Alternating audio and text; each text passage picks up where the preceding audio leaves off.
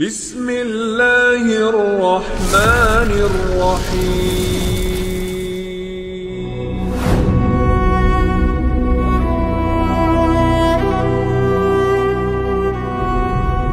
Kisah kematian iblis. Karena kita tahu bahwa di antara makhluk Allah Subhanahu wa taala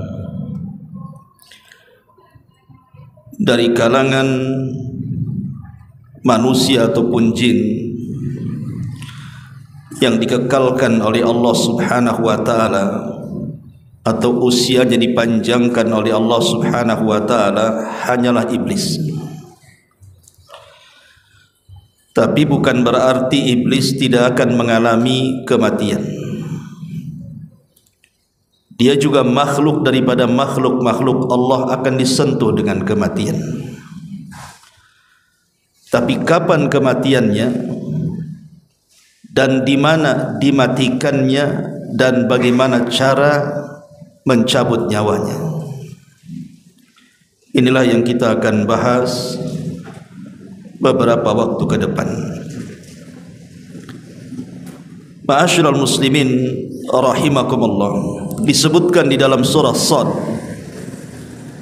ayat 77 sampai 83. Allah Subhanahu wa taala berfirman, qala fakhruj minha fa innaka rajim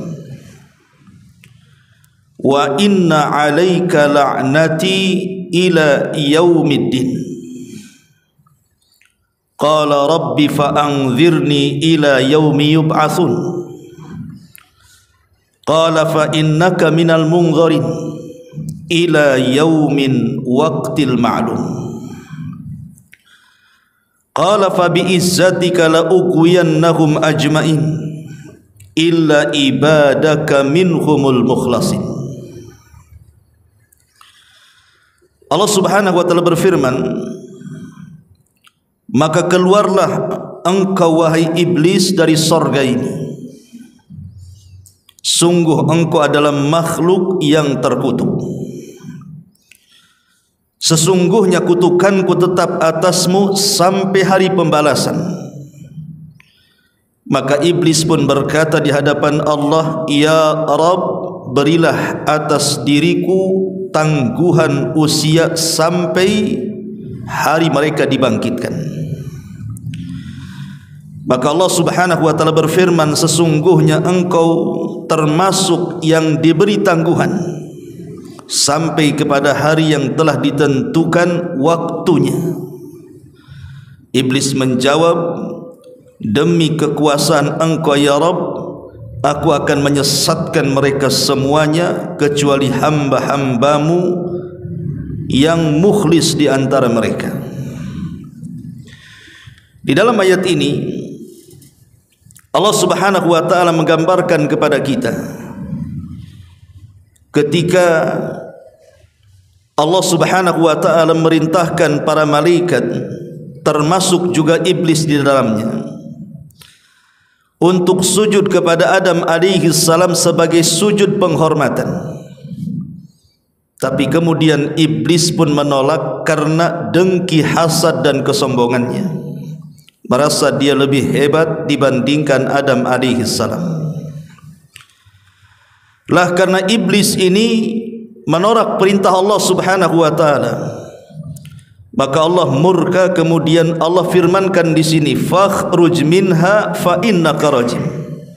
Kalau begitu keluarlah engkau dari sorga, engkau makhluk yang terkutuk, kata Allah. Bahkan Allah Subhanahu wa taala saking murkanya mengatakan, wa inna 'alaika la'nati ila yaumiddin. Dan ingat, kata Allah, kutukanku akan senantiasa ada padamu sampai hari pembalasan. Disinilah kemudian iblis meminta kepada Allah Subhanahu wa taala untuk ditangguhkan usianya, dan dia mengatakan, qala rabbi fa'anzirni ila yaumi yub'atsun. Ya Rabb, kalau begitu tangguhkanlah usiaku sampai hari mereka dibangkitkan. Jadi iblis itu sebenarnya meminta kepada Allah Subhanahu wa taala untuk tidak mati selamanya.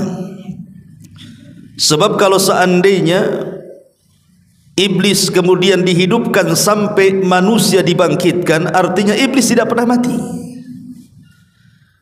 Karena kita tahu bahwa tiupan sangkakala itu kan menurut pendapat yang kuat 2 kali. Di mana tiupan yang pertama itulah yang disebut dengan nafkhatul faza' wal maut, tiupan kejutan dan kematian. Baru setelah itu Allah Subhanahu wa taala perintahkan kepada Israfil untuk meniup tiupan yang kedua. Itulah tiupan kebangkitan. Maunya iblis itu ditangguhkan usianya sampai dibangkitkan manusia. Kalau begitu iblis tidak pernah mati. Karena ketika tiupan yang pertama semua manusia mati, dia tak mau mati. Dia maunya setelah tiupan yang kedua, artinya sudah pindah alam. Bukan alam dunia lagi, tapi alam akhirat, kan begitu. Intinya dia tak mau mati sebenarnya. Tapi Allah Subhanahu wa taala kemudian mengatakan, qala fa innaka minal munzarin. Baik, kata Allah, aku akan berikan tangguhan usia kepadamu, tetapi kata Allah, ila yaumil waqtil ma'lum, sampai hari yang Allah tentukan. Di sini menjadi khilaf para ulama. Apa yang dimaksud ila yaumil waqtil ma'lum? Ketika Allah Subhanahu wa taala mengatakan, sungguh kamu termasuk orang-orang yang diberikan tangguhan sampai waktu yang ditentukan. Para ulama tafsir berbeda pendapat tentang waqtil ma'lum, waktu yang ditentukan oleh Allah untuk kematian iblis ini. Ada beberapa penafsiran, di antaranya perkataan Abdullah ibn Abbas radhiyallahu anhuma. Dia mengatakan yang dimaksud adalah arada bihi an-nafkhatul ula. Maksudnya iblis itu akan mati pada tiupan sangkakala yang pertama. Sebagaimana pada tiupan ini manusia akan dibinasakan oleh Allah. Semua binatang-binatang juga akan dimatikan oleh Allah, termasuk para malaikat. Maka iblis juga masuk di dalamnya. Kata Abdullah ibn Abbas radhiyallahu anhuma, ai hina tamutul khalaik, ketika semua makhluk dibinasakan oleh Allah Subhanahu wa taala ataupun dimatikan Allah Subhanahu wa taala, maka disitulah iblis pun ikut mati. Ini pendapat Abdullah ibn Abbas radhiyallahu anhuma, bahwa dia berpendapat bahwa kematian iblis itu pada tiupan sangkakala yang pertama. Tapi sebagian para ulama yang lain, mereka mengatakan bahwa yang dimaksud ila yaumil waqtil ma'lum, maksudnya tidak ada yang tahu kematiannya kapan kecuali Allah Subhanahu wa taala. Tapi yang jelas bahwa iblis itu pasti akan mati. Karena semua makhluk itu akan dibinasakan oleh Allah Subhanahu wa taala berdasarkan keumuman Al-Qur'an, kullu man 'alaiha fan wa yabqa wajhu rabbika dzil jalali wal ikram. Kullu man 'alaiha fan, setiap makhluk akan dibinasakan oleh Allah Subhanahu wa taala kecuali wajah Allah Subhanahu wa taala dzil jalali wal ikram. Dari sini kita tahu bahwa yang jelas dia akan mati, tapi kapan kematiannya tidak ada yang tahu kecuali Allah Subhanahu wa taala. Ini juga satu pendapat yang disebutkan oleh para ulama. Ada juga yang mengatakan bahwa kalimat ila yaumil waqtil ma'lum, sebagaimana dikatakan oleh Imam Al-Qurtubi rahimahullahu taala, qala Allah berfirman lahu kepada dia, fa innakum mimman ukhirat halakuhum ila yaumil ladzi yamutu fihi kullal khalqi ba'da nafkhatil ula la ila yaumil ba'thi. Juga Imam Al-Qurtubi menguatkan pendapat perkataan ila yaumil waqtil ma'lum, artinya engkau adalah di antara orang yang diakhirkan kehancurannya sampai hari di mana seluruh makhluk Allah dimatikan setelah tiupan sangkakala yang pertama, bukan saat hari kebangkitan. Berarti ada juga yang mengatakan bahwa iblis itu dimatikan di antara dua tiupan. Artinya di tengah-tengah dua tiupan, tiupan yang pertama ke tiupan yang kedua itu kan jaraknya antara 40. Bisa 40 hari, bisa 40 bulan, bisa 40 tahun. Karena Abu Hurairah radhiyallahu an ketika ditanya jarak tiupan Israfil yang pertama ke kedua itu, beliau hanya menyebutkan angka dengan menyebutkan arbaun 40, tanpa menyebutkan apakah 40 hari, apakah 40 bulan, apakah 40 tahun, wallahu a'lam. Tapi saat itulah Allah hancurkan alam semesta, termasuk juga Allah subhanahu wa ta'ala binasakan iblis di dalamnya. Ma'asyiral muslimin wal muslimat rahimakumullah. Kita tahu bahwa setelah kemudian iblis meminta kepada Allah subhanahu wa ta'ala tangguhan usianya, disinilah iblis meminta kepada Allah subhanahu wa ta'ala izin untuk menyesatkan anak Adam, karena dia tidak mau masuk neraka sendirian. Dia ingin mengikutkan sebanyak-banyaknya kalangan jin dan manusia supaya ikut bersama dia masuk ke dalam neraka. Dari sini dia bersumpah di hadapan Allah, fabi izzatika la ughwiyannahum ajmain, karena kekuasaanmu ya Rabb, pasti aku akan sesatkan mereka Bani Adam semuanya. Bahkan dalam ayat yang lain, ketika iblis kemudian berjanji seperti itu, maka dia akan datang kepada manusia itu dari semua arah angin. Sampai-sampai iblis mengatakan, thumma la'atiyannahum min baini aydihim wa min khalfihim wa an aymanihim wa an syama'ilihim wa la tajidu aktsarahum syakirin. Sungguh aku akan datang kepada mereka, maksudnya Adam dan turunannya, dari arah depan mereka, dari arah belakang mereka, dari samping kanan mereka, bahkan dari samping kiri mereka, sampai engkau tidak mendapatkan kebanyakan dari anak-anak Adam itu bersyukur kepadamu ya Rabb. Subhanallah. Tantangan iblis ini bukan isapan jempol, ikhwan. Karena apa yang dilakukan iblis itu kepada Bani Adam dari sejak permusuhan ditanamkan dengan Adam saat disuruh sujud dia enggan, sampai hari ini bahkan sampai kiamat, pengikut iblis jauh lebih banyak dibandingkan orang-orang yang tidak mengikuti iblis. Dan itu banyak digambarkan dalam Quran. Seperti Allah mengatakan, wa qalilum min ibadiyas syakur, sedikit sekali hamba Allah yang bersyukur. Artinya kebanyakan kufur. Dan itu keberhasilan iblis saat menggoda Bani Adam untuk disesatkan. Ma'asyiral muslimin yang dimuliakan Allah subhanahu wa ta'ala, sebagai bukti bahwa iblis itu masih hidup sampai di zaman Nabi sallallahu alaihi wasallam, Allah subhanahu wa ta'ala menggambarkan bagaimana iblis pernah terlibat dalam perang Badar, di mana iblis itu menjadi kompor bagi orang-orang musyrik Quraisy untuk melawan Nabi sallallahu alaihi wasallam di Badar. Dan itu digambarkan dalam surah Al-Anfal ayat 48. Allah subhanahu wa ta'ala berfirman, wa id zayyana lahumus syaitanu a'malahum wa qala la ghaliba lakumul yawma minan nas wa inni jarul lakum falamma tara'atil fi'atani naqasa ala akibaihi wa qala inni bari'um minkum inni ara ma la tarawna inni akhafu Allah wallahu syadidul iqab.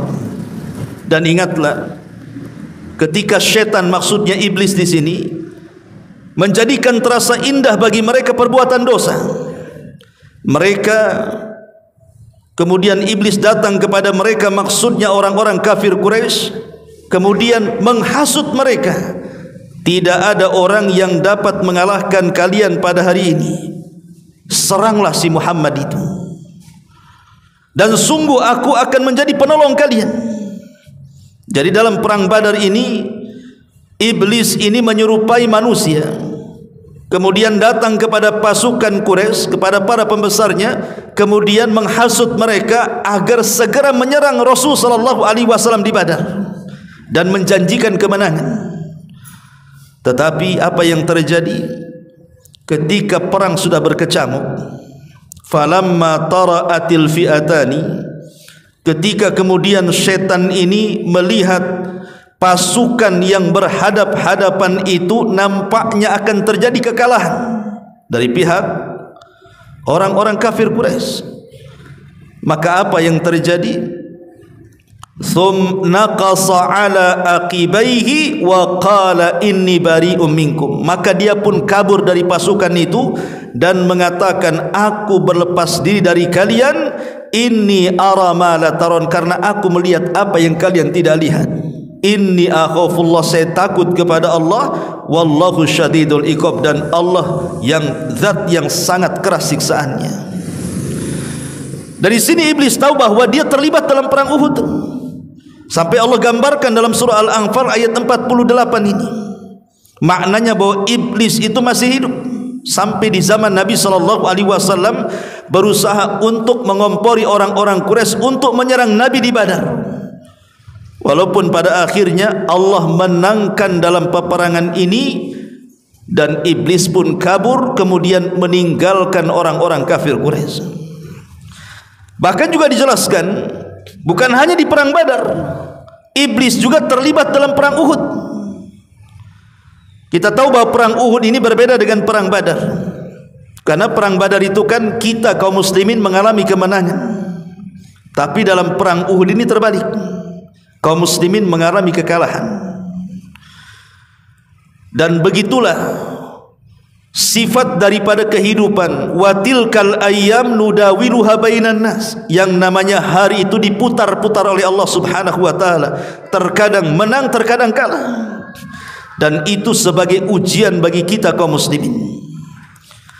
Disebutkan dalam sebuah hadis dari Ummuna Aisyah radhiyallahu anha, dia mengatakan, lamma kana yauma Uhudin, ketika terjadi perang Uhud, huzimal musyrikuna, maka orang-orang musyrik pun mereka kemudian menyerang kaum muslimin.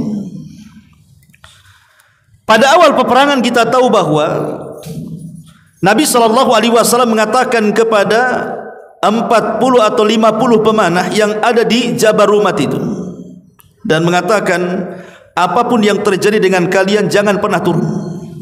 Tugas kalian hanya memanah dari ketinggian, jangan ikut campur dengan pasukan yang di bawah.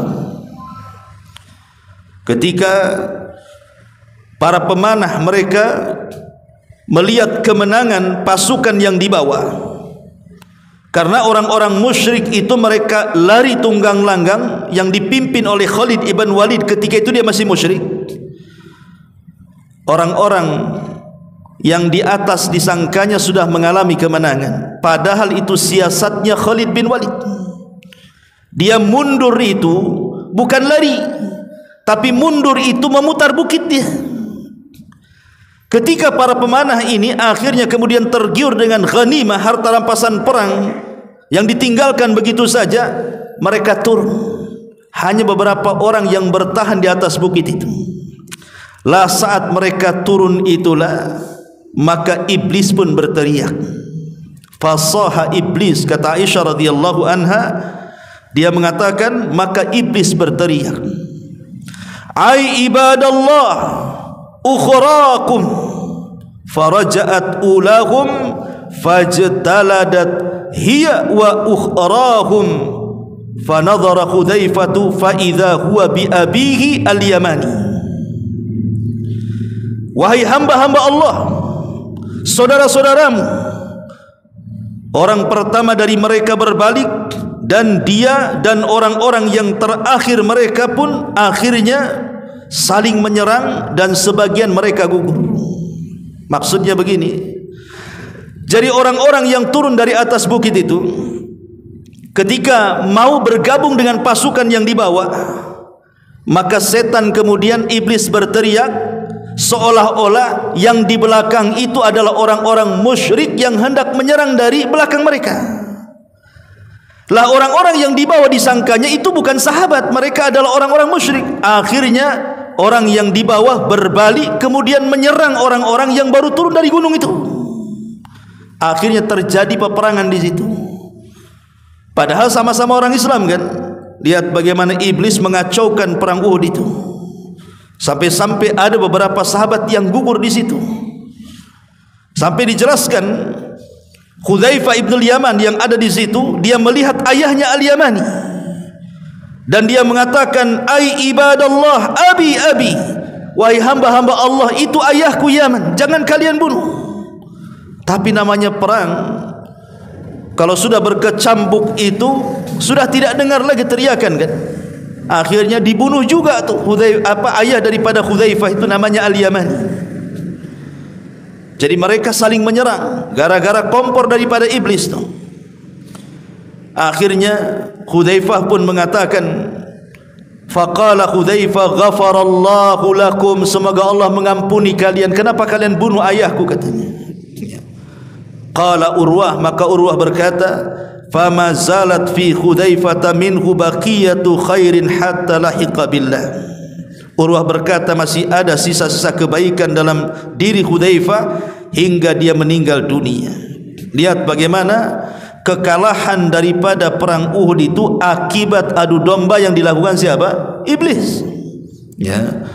Ma'asyiral muslimin wal muslimat rahimakumullah. Bahkan bukan hanya iblis datang kepada kaum muslimin yang sedang berperang, dia pun datang kepada Nabi sallallahu alaihi wasallam. Dijelaskan dalam sebuah hadis yang sahih dari Abi Darda radhiyallahu anhu, qama Rasulullah sallallahu alaihi wasallam fasami'nahu yaqul a'udzu billahi minka thumma qala al'anuka bi la'natillahi thalathan. Jadi Rasul sedang salat, tiba-tiba kemudian iblis datang mengganggu Nabi. Tiba-tiba kemudian di tengah-tengah salat Rasul mengatakan, aku berlindung dari Allah, aku berlindung kepada Allah dari kamu. Dan Rasul mengatakan, aku laknat dirimu sebagaimana laknat Allah kepada dirimu. Rasul menyebutkan 3 kali. Maka selesai salat, sahabat heran, kenapa di tengah-tengah salat Rasul berteriak seperti itu, sambil kemudian menjulurkan tangannya ke depan dan berlindung kepada Allah sambil melaknat. Jadi Rasulullah SAW sedang salat begini, tiba-tiba dia begini dan mengatakan, a'udzu billahi min, aku berlindung kepada Allah dari kamu, aku laknat engkau sebagaimana Allah melaknat engkau. 3 kali Rasul mengatakan seperti itu. Jadi selesai salat, sahabat heran, kenapa Rasul mengucapkan kalimat itu di tengah-tengah salat? Ya. Akhirnya kemudian sahabat bertanya, ya Rasulullah, qad sami'naka taqul fi salati syai'an lam nasma'uka taqulu qabla dhalik. Rasul, kami tadi mendengar engkau mengucapkan sesuatu dalam salatmu yang kami tidak pernah mendengar kebiasaan kamu mengucapkan kalimat itu dalam salat. Maka Nabi SAW kemudian menjelaskan alasannya dan bersabda, inna aduwallah iblis, sesungguhnya musuh Allah si iblis itu, jaa bi shihabim min nar liyaj'alahu fi wajhi, dia datang dengan membawa api hendak membakar wajahku. Fakultu, maka aku katakan, kata Rasul, a'udzu billahi minka 3 marrat, aku mengatakan aku berlindung kepada Allah darimu sebanyak 3 kali. Kemudian aku pun mengatakan, al'anuka bila'natillahi tammah, aku berlindung, aku melaknat dirimu sebagaimana Allah telah melaknat kepadamu sebanyak 3 kali. Kemudian Rasul mengatakan, thumma aradtu akhudahu, sebenarnya aku ingin mencekik dia. wallahi, demi Allah, laula da'watu akhina Sulaiman, kalau bukan karena aku teringat doanya Nabi Sulaiman saudaraku, la asbaha musiqan yal'abu bihi wildan ahli Madinati, tentu aku akan cekik dia, ku ikat dia di tiang, dan besoknya menjadi permainan anak-anak kota Madinah katanya. Tapi karena aku teringat dengan doa Nabi Sulaiman, ku lepaskan lagi dia. Apa doanya Nabi Sulaiman? Di mana Nabi Sulaiman berdoa agar Allah tidak memberikan yang Allah beri kepada dia kepada orang setelah dan sesudahnya. Artinya kan Sulaiman bisa menundukkan jin. Sulaiman tidak mau bahwa kekuasaan yang Allah berikan dengan kemampuan mampu menundukkan bangsa jin diberikan kepada orang-orang setelahnya. Makanya Rasul teringat dengan kalimat itu, akhirnya dilepas lagi. Lihat, menunjukkan bahwa iblis itu hidup sampai zaman Nabi SAW, bahkan mengganggu solat Nabi SAW. Bahkan iblis juga hidup sampai hari ini. Nabi SAW mengatakan dalam hadis Jabir radhiyallahu anhu, inna arsya iblis alal bahri fayab'asu sarayahu fayaftinuna an-nas fa'a'zamuhum indahu a'zamuhum fitnatan. Iblis ini membangun istananya, kata Rasul, di tengah lautan. Ada orang yang mengatakan seperti ada seorang penulis dari Mesir yang bernama Isa Daud. Beliau mengatakan bahwa hadis ini menunjukkan letak istana iblis di mana? Di segitiga Bermuda. Karena di segitiga Bermuda ini memang lautan yang sangat menakutkan kan. Banyak kapal-kapal hilang di situ, banyak pesawat-pesawat yang jatuh di situ, dan berbagai macamlah keanehan-keanehan dan musibah yang kita sudah mendengar semuanya. Sampai Isa Daud mengatakan bahwa istana iblis itu ada di tiga Bermuda tadi. Tapi wallahu alam, kita tidak bisa memastikan istananya di mana. Karena Rasul hanya mengatakan bahwa istana iblis itu pokoknya ada di lautan. Lautan mananya wallahu alam. Karena sampai hari ini juga belum ada yang sanggup menyingkap perkara gaib ini. Cukup kita imani saja. Lah setiap hari iblis ini sampai hari ini, maka dia akan mengutus pasukan-pasukannya untuk menggoda manusia yang ada di daratan. Maka pasukan yang paling dimuliakan oleh iblis adalah pasukan yang sanggup mendatangkan sebesar-besar fitnah bagi manusia. Sampai sebuah riwayat, iblis ini mengutus pasukan. Mungkin di antara pasukan ini ada yang menggoda orang yang akhirnya tadinya sholat jadi tidak sholat, yang tadinya suka puasa jadi tidak puasa, yang tadinya suka membaca Quran akhirnya tidak suka membaca Quran, yang tadinya bersedekah akhirnya tidak suka bersedekah. Tapi iblis menganggap bahwa pasukan yang sanggup menggoda manusia-manusia seperti itu belum ada apa-apanya. Karena itu perkara yang remeh-temeh bagi mereka. Tetapi ketika iblis kemudian melihat ada satu pasukannya yang berhasil mencerai-beraikan rumah tangga manusia, akhirnya sampai bercerai antara suami istri, maka pasukan ini paling dihormati oleh iblis. Sampai iblis meletakkan piala di atas kepalanya dan mengatakan, anta, engkau pasukan terbaik, engkau pasukan terbaik. Lihat bagaimana iblis ini akan memberikan penghargaan kepada pasukannya kalau dia mampu mencerai-beraikan rumah tangga manusia. Karena itu sebesar-besarnya fitnah.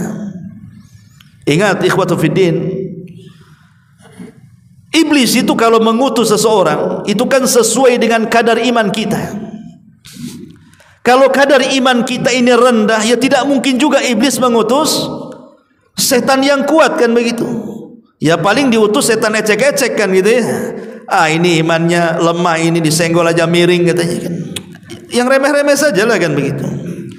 Tapi kalau ini imannya kuat, ini sudah ngaji, sudah hijrah, ini tidak bisa main kirim seperti itu. Kalau bisa memang pasukan yang dikirim itu yang sudah ada penataran kan begitu, yang sudah diuji betul-betul, baru kemudian dikirim kepada orang-orang yang kuat imannya tuh.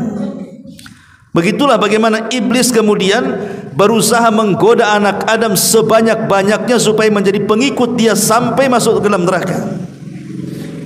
Ma'asyiral muslimin yang dimuliakan Allah Subhanahu wa taala, artinya iblis itu terus berusaha untuk menggoda manusia sampai Al-Imam Ibnul Qayyim rahimahullahu taala ketika dia menjelaskan tentang bagaimana cara iblis itu menggoda anak Adam, beliau menyebutkan 7 perkara. 7 perkara itulah cara iblis menggoda Bani Adam. Dan 7 perkara ini sesuai dengan tingkatannya, dari yang paling parah sampai yang paling ringan. Yang pertama kata Imam Ibnul Qayyim, al-kufru billahi wa bidinihi. Maka tugas yang pertama, iblis mengerahkan pasukannya bagaimana caranya anak-anak Adam itu dibuat kufur kepada Allah, dibuat kufur dengan agamanya, dibuat murtad dari keyakinannya. Ini tugas yang pertama yang paling berat dari iblis kepada anak buahnya, buat dia kufur, buat dia murtad. Makanya kenapa kemudian dalam Islam itu yang paling penting adalah menjaga akidah, ikhwan. Jaga akidah, apalagi di zaman sekarang ini akidah sudah mulai terkikis dengan berbagai macam kesyirikan, dengan berbagai macam kekufuran yang dihadapkan di tengah-tengah kita. Mungkin kita ini yang masih insyaallah hijrah ngaji sunnah masih bisalah memilah dan memilih, tapi generasi kita apakah seperti kita? Wallahu a'lam. Makanya kenapa kemudian meneguhkan akidah di zaman sekarang ini penting. Di tengah-tengah kesyirikan dari syirkul akbar sampai syirkul asghar ini betul-betul merajalela. Jadi tugas yang pertama iblis kepada anak buahnya, buat dia kufur. Dan kufur itu ada 2. Ada yang sifatnya kesyirikan, pelakunya disebut musyrik. Ada yang sifatnya nifak, pelakunya disebut munafik. Dan ada yang ketiga, dibuatnya manusia murtad dan berpindah dari agamanya. Jadi yang pertama nih, iblis ini bagaimana caranya orang itu dijerumuskan kepada kesyirikan dulu tuh. Kalau dia tidak bisa, maka ditanamkan kepadanya sifat nifak. Kalau tidak bisa, maka ditanamkan bagaimana supaya dia keluar dari agamanya. Dan tiga-tiganya adalah kekufuran, baik kesyirikan atau kemunafikan atau kemurtadan. Kemudian yang kedua, ada yang disebut kufur nikmat. Ya, kufur nikmat itu di bawah daripada kufur yang pertama, tapi kufur nikmat juga dia tangga menjadi kufur yang akan mengeluarkan kita dari Islam. Dan kufur nikmat juga ada 2. Disebutkan oleh para ulama, yang pertama sitru ni'amillahi azza wa jal, menutup-nutup bahwa nikmat ini datang dari Allah. Seperti perkataan Qarun yang mengatakan kekayaan ini datang dari aku. Itu menutup-nutup nikmat Allah. Dia tidak yakin bahwa nikmat ini datang dari Allah, seolah-olah datang dari dia. Dan itu yang banyak dibahasakan Qarun sampai hari ini. Menganggap nikmat itu bahwa dia yang mengusahakannya. Ya wajar saya kaya, saya kan pintar cari uang. Wajar saya kaya, saya kan doktor, profesor, menteri, pilot, dokter spesialis atau apa namanya. Dia berusaha menutup-nutupi nikmat, seolah-olah dia yang mendatangkan nikmat, bukan Allah yang mendatangkan nikmat. Ini yang pertama. Yang kedua, wa ya'mal bi mukhalafatil mun'im, dan dia pun melakukan sesuatu dengan nikmat yang Allah anugerahkan dengan maksud menyelisihi zat yang memberikan nikmat. Artinya kalau kita diberikan nikmat oleh Allah, umpamanya pandangan, ini kan nikmat dari Allah. tapi digunakan untuk menyelisihi zat pemberi nikmat Allah Subhanahu wa taala. Akhirnya seseorang menggunakan pandangan, dia pun memandang sepandang-pandangnya.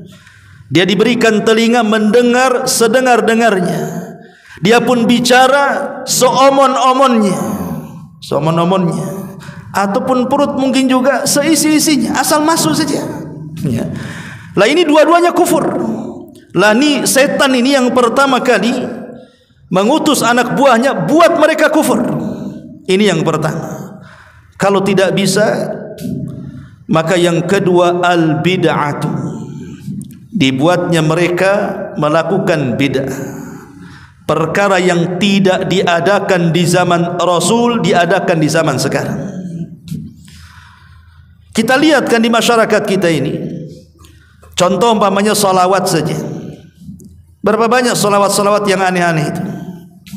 Ya kan? Terkadang diiringi dengan joget-joget, diiringi dengan musik-musik, diiringi dengan hura-hura. Anda ini sedang beribadah atau sedang apa kan begitu? Seperti orang-orang Syiah juga. Apabila datang bulan Muharram, mereka memukul-mukul badan. Kononnya katanya demi menebus kesalahan bapak nenek moyang mereka yang dengan sebab mereka terbunuhnya Husain, cucu daripada Nabi sallallahu alaihi wasallam di Karbala. Maka setiap datang Muharram, maka mereka pun kemudian berjoget-joget sambil memukul-mukul besi pada badan dan kepalanya, sampai anak bayi diketuk kepalanya biar keluar darahnya. Ini ajaran dari mana? Kalau memang merayakan kematian Husain, bukan dengan seperti itu kan begitu. Bukankah Rasul yang mengatakan laisa minna man darabal hudud wa syaqqal juyub wa da'a bid'awal jahiliyah. Bukan termasuk golongan kami, kata Rasul, kalau orang sedang berkabung dia memukul-mukul pipinya, dia merobek-robek bajunya, dia berteriak-teriak ala jahiliyah, kata Rasul. Maka ini tingkatan yang kedua. Tingkatan yang ketiga, kalau mereka tidak bisa juga digoda dari jenis yang kedua, maka kemudian akan digoda dari jenis yang ketiga. Apa itu? Dicintakan dengan al-kabair, dosa-dosa besar. Digemarkan zina, disukakan khamar, dicintakan dengan judi, disukakan dengan ghibah, dengan namimah, dengan dusta dan begitu semacamnya. Tapi kalau juga tidak bisa lewat yang ketiga, maka akan lewat yang keempat, kata Imam Ibnul Qayyim, as-saghair. Bagaimana mereka disuruh untuk melakukan dosa-dosa kecil. Kalau tidak bisa juga dosa-dosa kecil, maka beralih ke yang kelimanya, disibukkan dengan perkara mubah.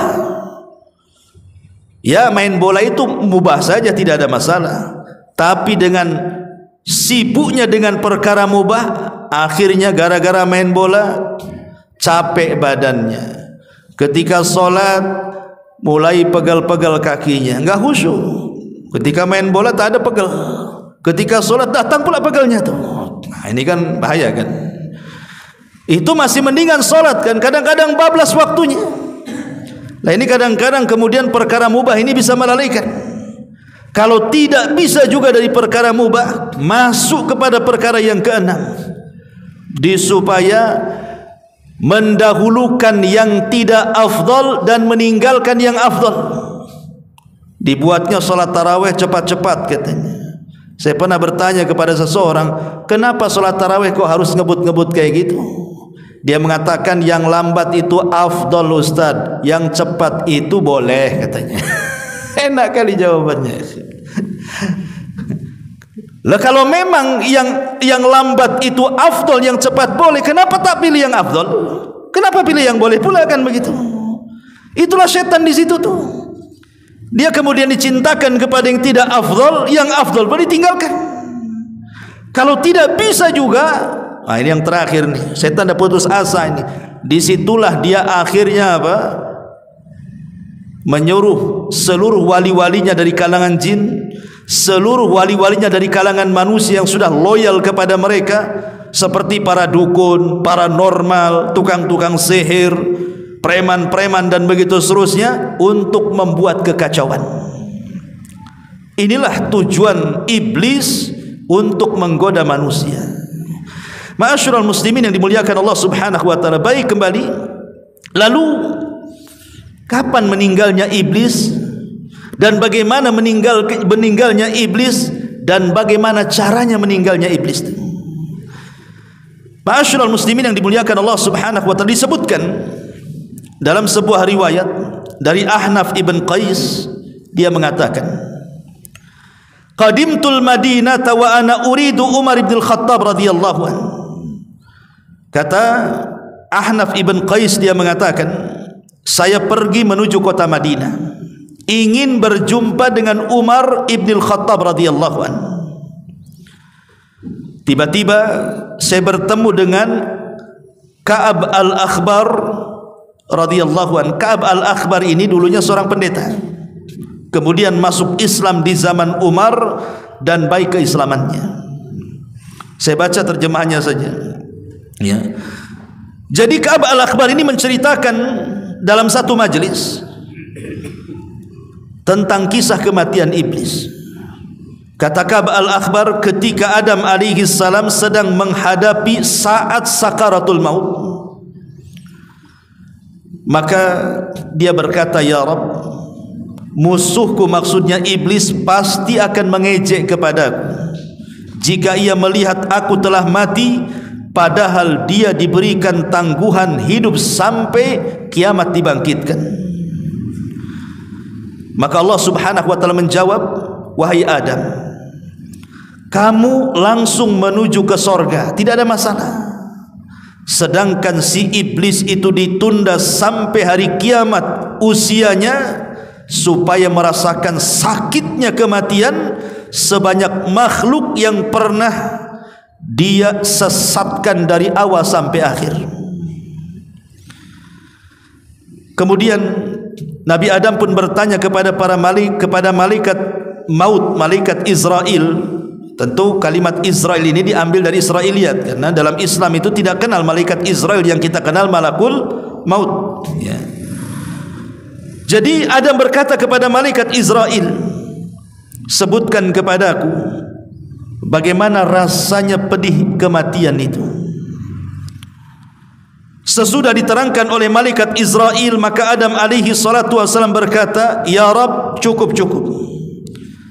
Maka ketika itu Ka'ab al-Akhbar terdiam dan tidak melanjutkan ceritanya. Maka orang-orang yang hadir dalam majelis Ka'ab al-Akhbar kemudian mereka bergemuruh dan mengatakan, ya Abu Ishaq, maksudnya Ka'ab al-Akhbar, ceritakan kepada kami bagaimana ia merasakan kematian. Pada mulanya Ka'ab al-Akhbar menolak, tetapi karena didesak maka ia berkata, jika dunia sudah berakhir dan hampir ditiup sangkakala, sedang orang-orang ramai di pasar, mereka sedang sibuk bertengkar dan berdagang, tiba-tiba terdengarlah suara yang sangat keras di langit, hingga separuh penduduk bumi pun pingsan karenanya selama 3 hari. Bagi mereka yang tidak pingsan, mereka bingung, bagaikan kambing ketakutan dalam keadaan hiruk pikuk sedemikian itu. Maka terdengarlah lagi satu suara gemuruh bagaikan suara halilintar yang sangat dahsyat bunyinya. Maka tidak ada seorang pun melainkan mati karena halilintar itu. Dan semua manusia, semua jin, semua binatang, semua tumbuh-tumbuhan dan makhluk-makhluk yang lainnya, mereka pun diwafatkan oleh Allah Azza wa Jalla. Ketika itu yang hidup tinggal iblis saja. Ketika semua mati, manusia mati, jin mati, binatang mati, tumbuh-tumbuhan mati, iblis pula belum mati. Maka Allah Subhanahu wa taala pun memerintahkan malaikat Israel atau malaikat maut, aku telah menjadikan padamu pembantu sebanyak orang yang pertama hingga yang terakhir. Dan aku telah memberikan kekuatan penduduk langit dan juga penduduk bumi kepadamu, wahai Israel. Dan kini aku pakaikan kepadamu pakaian kemurkaan dan kemarahanku, maka turunlah dengan membawa murka dan kemarahanku, cari si laknat iblis itu.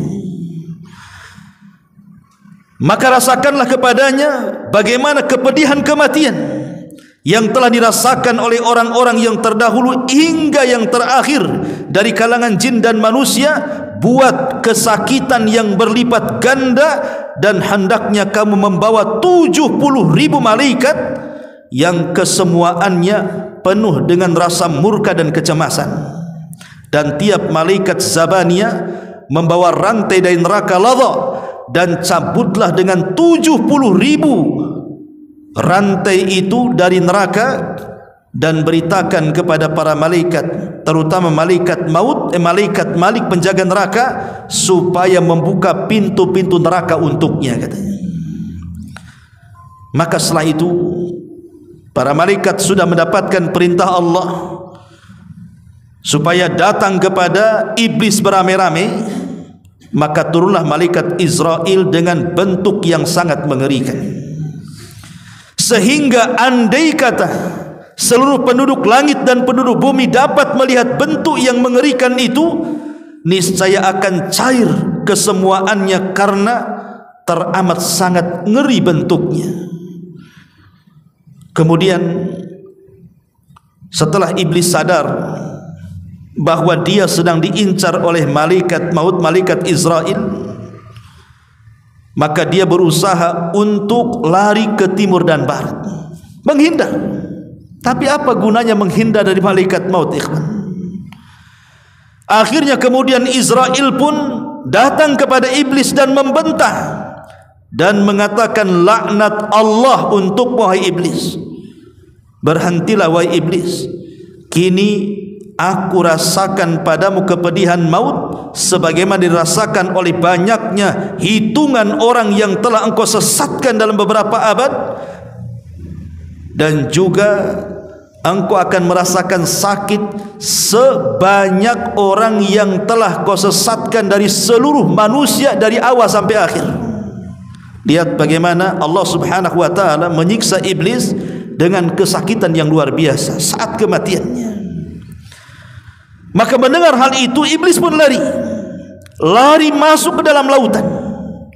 Tapi Allah Subhanahu wa ta'ala perintahkan lautan untuk membuang iblis ke daratan. Ditolaknya oleh lautan, dihempaskan lagi iblis dari lautan oleh lautan ke daratan. Maka kemudian iblis pun berkeliling dari semua arah. Ke arah timur dikejar Israel, ke arah barat dikejar Israel. Pokoknya tidak ada arah kecuali dia selalu didatangi malaikat maut. Ketika dia sudah tidak ada lagi jalan, mau kemana lagi tempatnya, akhirnya kemudian iblis pun sampailah di tempat saat Adam dan Hawa diturunkan. Di tempat itulah kemudian iblis melaknat Nabi Adam dan mengatakan, gara-gara engkau wahai Adam, aku menjadi makhluk yang terlaknat, katanya. Dia nyalahkan Adam. Maka kemudian malaikat Israel pun langsung mendekati iblis, karena dia sudah menyalahkan Adam di hadapan kuburan Adam alaihi salatu wassalam. Maka Israel menjawab, ketika ditanya, wahai Israel, kira-kira engkau akan memberikan minuman kepadaku dengan minuman apa, kata iblis. Maka Israel mengatakan, dengan minuman dari neraka Ladha, dan serupa dengan siksa ahli neraka dan berlipat-lipat ganda yang engkau akan dapati. Maka tiba-tiba kemudian iblis pun berguling-guling di tanah sambil menjerit sekeras-kerasnya, kemudian berlari ketakutan dari barat timur, terus dia kejar-kejar sampai akhirnya malaikat Israel pun menghadang iblis laknatullah dengan kawat-kawat yang berduri. Kemudian dia pun mencabut nyawanya. Ma'asyiral muslimin yang dimuliakan Allah Azza wa Jal, maka ketika kemudian kematian iblis ini terdengar kepada Nabi Adam alaihi salatu wassalam, maka Adam alaihi salatu wassalam mengatakan, Rabbana qad atmamta alaina ni'mah. Dia mengatakan, ya Rabb kami, sungguh engkau telah menyempurnakan nikmatmu untuk kami. Sekarang sudah tidak ada lagi karena iblis sudah mati di situ. Masalahnya ikhwatu fiddin, riwayat yang panjang ini, riwayat daripada Al-Akhbar ini, itu hanya disebutkan dalam kitab Tanbih Al-Ghafilin. Dan kitab itu banyak memuat hadis-hadis yang tidak ada sanadnya. Dan kebanyakan kisah-kisah yang seperti ini bukan datang dari Nabi SAW, tapi kisah ini datang dari kisah Israiliyat. Dan kisah Israiliyat ini, ikhwatu fiddin, muliakan Allah Azza wa Jal, Nabi mengatakan kita tidak boleh mendustakan secara mutlak, tidak boleh juga membenarkan secara mutlak. Jadi saya menceritakan ini hanya mimbabil ikhbar saja, hanya menghabarkan saja sebagai bentuk pengetahuan, tidak boleh jadikan sandaran, karena ini bukan dari hadis yang sahih, bukan hadis Nabi SAW. Ini dari kisah-kisah Israiliyat, karena yang menceritakanlah seorang yang bernama Ka'ab Al-Akhbar, dulunya seorang Nasrani, seorang pendeta Nasrani, masuk Islam di zaman Umar. Otomatis karena seorang pendeta, dia menguasai kisah-kisah Israiliyat, makanya kemudian dia mengkisahkan kisah ini. Makanya para ulama mengatakan kisah ini tidak ada sanadnya. Kalaupun ada sanadnya, maka ini dari kisah-kisah Israiliyat yang kita tidak boleh mendustakan secara mutlak, kita tidak boleh membenarkan secara mutlak. Ma'asyiral muslimin yang dimuliakan Allah Subhanahu wa taala, intinya bahwa kalaupun seandainya tidak ada kisah ini, maka kita sangat yakin bahwa iblis itu pasti akan mengalami kematian. Sebagaimana tadi sudah dijelaskan di muqaddimah bahwa ada terjadi perselisihan, ada yang mengatakan kematiannya menurut Abdullah ibn Abbas pada tiupan sangkakala yang pertama, bersamaan dengan meninggalnya seluruh makhluk-makhluk Allah dari kalangan jin, manusia, binatang dan tumbuh-tumbuhan, termasuk juga iblis mati di situ. Jadi kita harus yakin bahwa iblis pasti mati. Tapi yang jelas bahwa setelah kematian iblis menyesal. Bahkan ada khutbah dalam Al-Quran itu, bagaimana iblis berkhutbah di hadapan para pengikutnya. Dijelaskan oleh Hasan Al-Basri rahimahullahu ta'ala, apa kata dia? Idza kana yaumul qiyamati, tatkala datang hari kiamat, qama iblisu khatiban, maka iblis akan berdiri di sebuah mimbar. Qama iblisu khatiban alal mimbar, dan mimbarnya itu terbuat min narin, dari api neraka. Kemudian iblis mengatakan, innallaha wa'adakum wa'dal haqq wa wa'adtukum fa akhlaftukum. Sesungguhnya Allah telah menjanjikan kepadamu janji yang benar, dan aku pun telah menjanjikan kepada kalian, tetapi janjiku semua kuingkari. Janjiku tidak benar.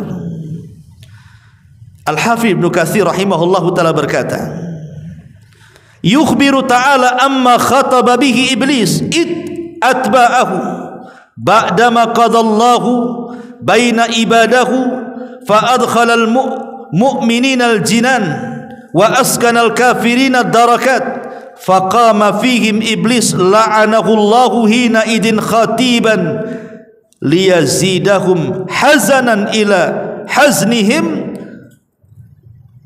Kata Imam Ibnu Katsir rahimahullahu ta'ala, Allah menghabarkan tentang khutbah yang disampaikan oleh iblis kepada para pengikutnya, yaitu setelah Allah memutuskan hisab para hamba-hambanya, lalu Allah masukkan orang-orang yang beriman ke dalam sorga, dan Allah menempatkan orang-orang kafir ke dalam neraka. Maka iblis pun tatkala itu berdiri dan berkhutbah kepada para pengikutnya agar mereka menambah kesedihan di atas kesedihan mereka. Lah khutbah itu dijelaskan di dalam Al-Quran, surah Ibrahim ayat 22 sampai 23. Bagaimana kata-kata khutbahnya?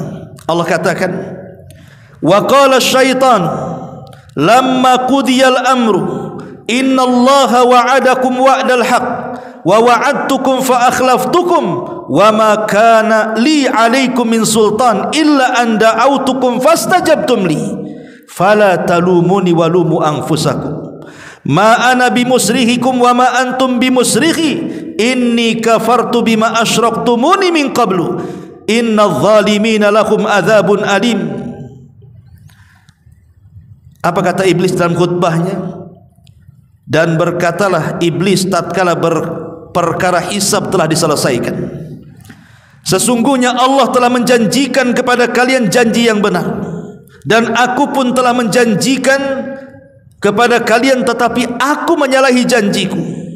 Sekali-kali tidak ada kekuasaan bagiku terhadap kalian, melainkan sekedar aku menyeru kalian lalu kalian mematuhi seruanku. Oleh sebab itu kata iblis, jangan kalian mencaci maki aku, tapi caci makilah diri-diri kalian sendiri.